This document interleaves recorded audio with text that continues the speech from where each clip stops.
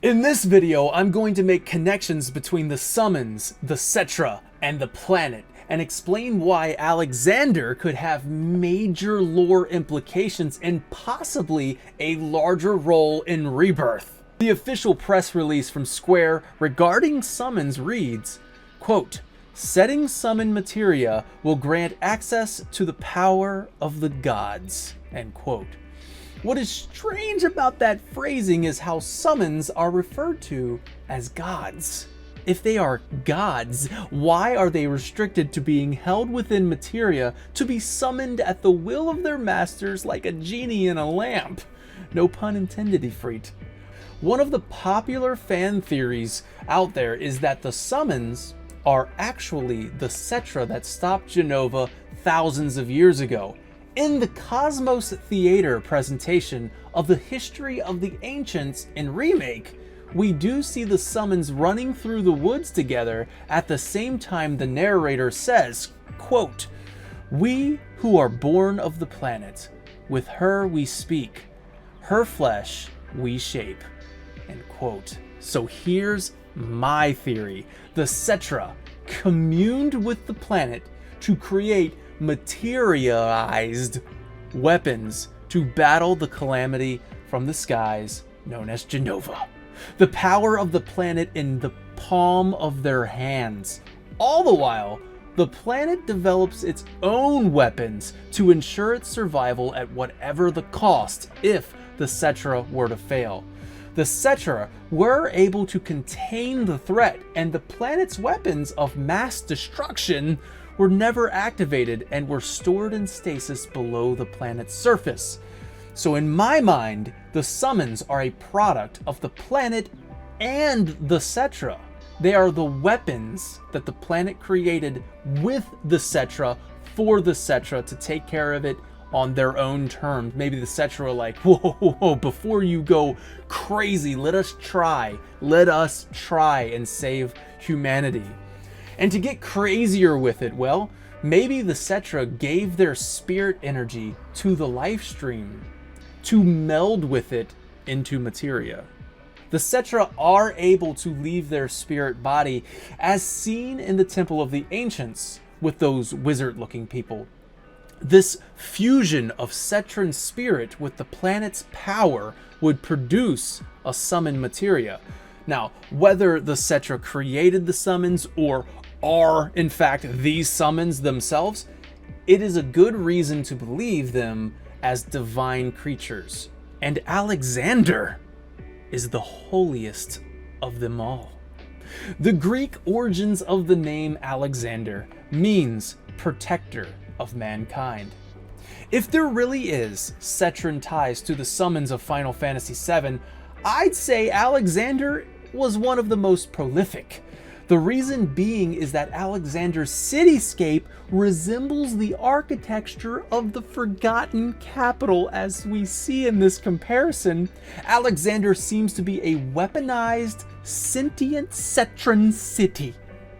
The press release even describes Alexander as, quote, "an enormous armor-plated weapon," end quote.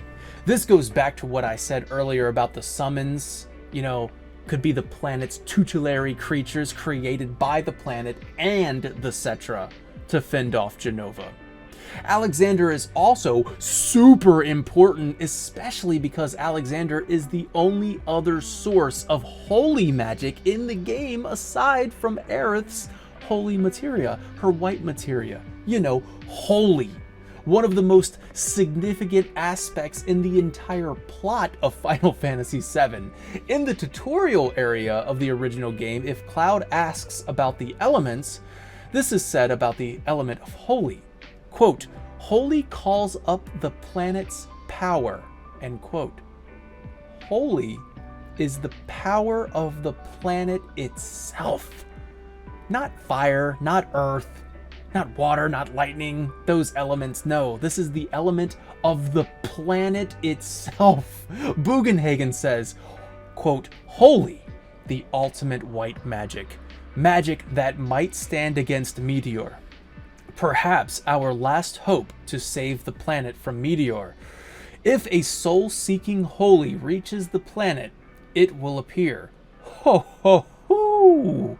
Meteor, weapon, everything will disappear. Perhaps even ourselves. And quote, it is up to the planet to decide what is best for the planet. Holy is the spell that Aerith prayed for and casts at the end of the original game to destroy Meteor.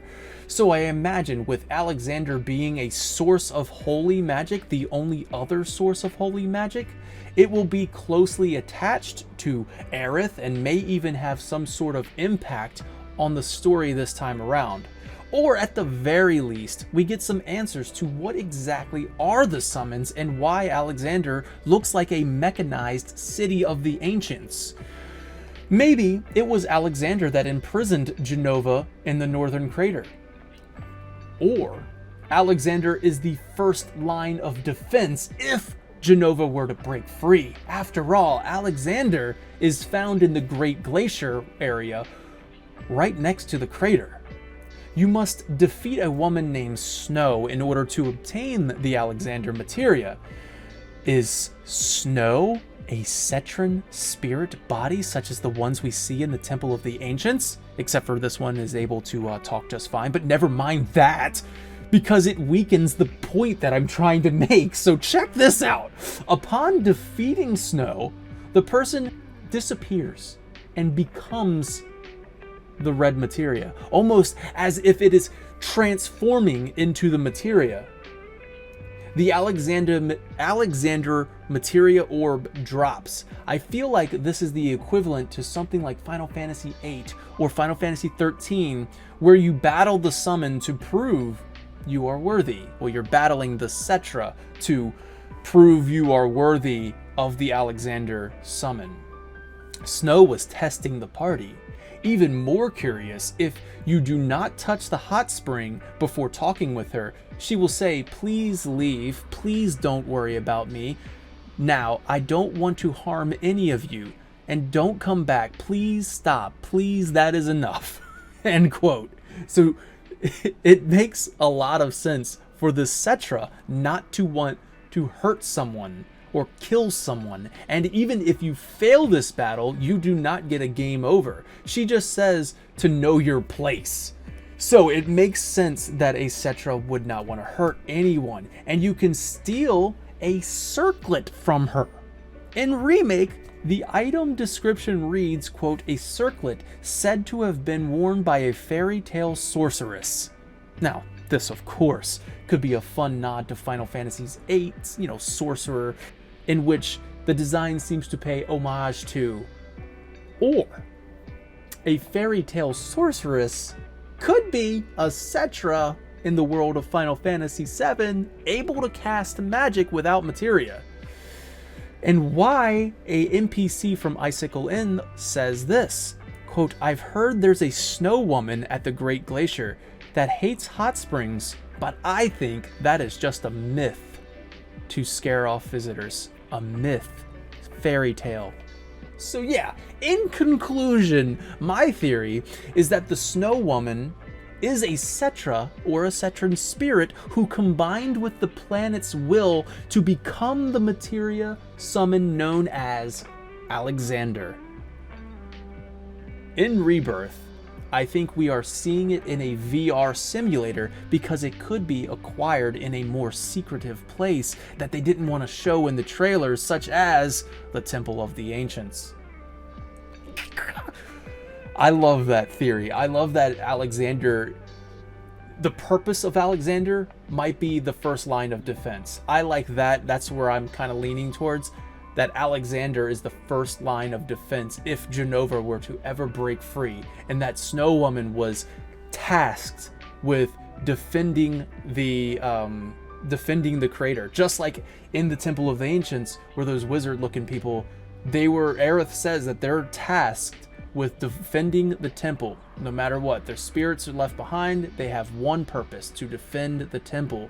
Well, the Snow Woman's one purpose is to defend the crater, the seal. Now, I do also believe that the fan theory out there that the Knights of the Round were the Cetra who sealed Jenova away. I also believe that Shiva's permafrost is a thing. So I think that the summons of Final Fantasy VII, all of those fan theories combined with my new theory about Alexander, I believe in all of those. So I'm really hoping that Rebirth,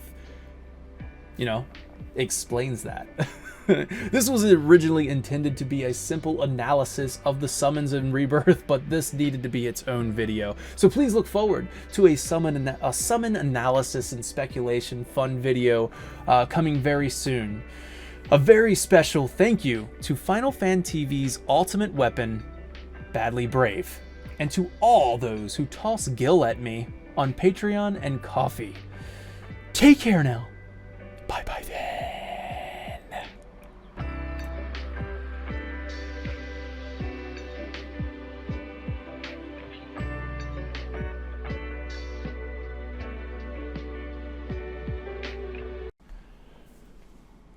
In this video, I'm going to make connections between the summon, the Cetra, and the planet.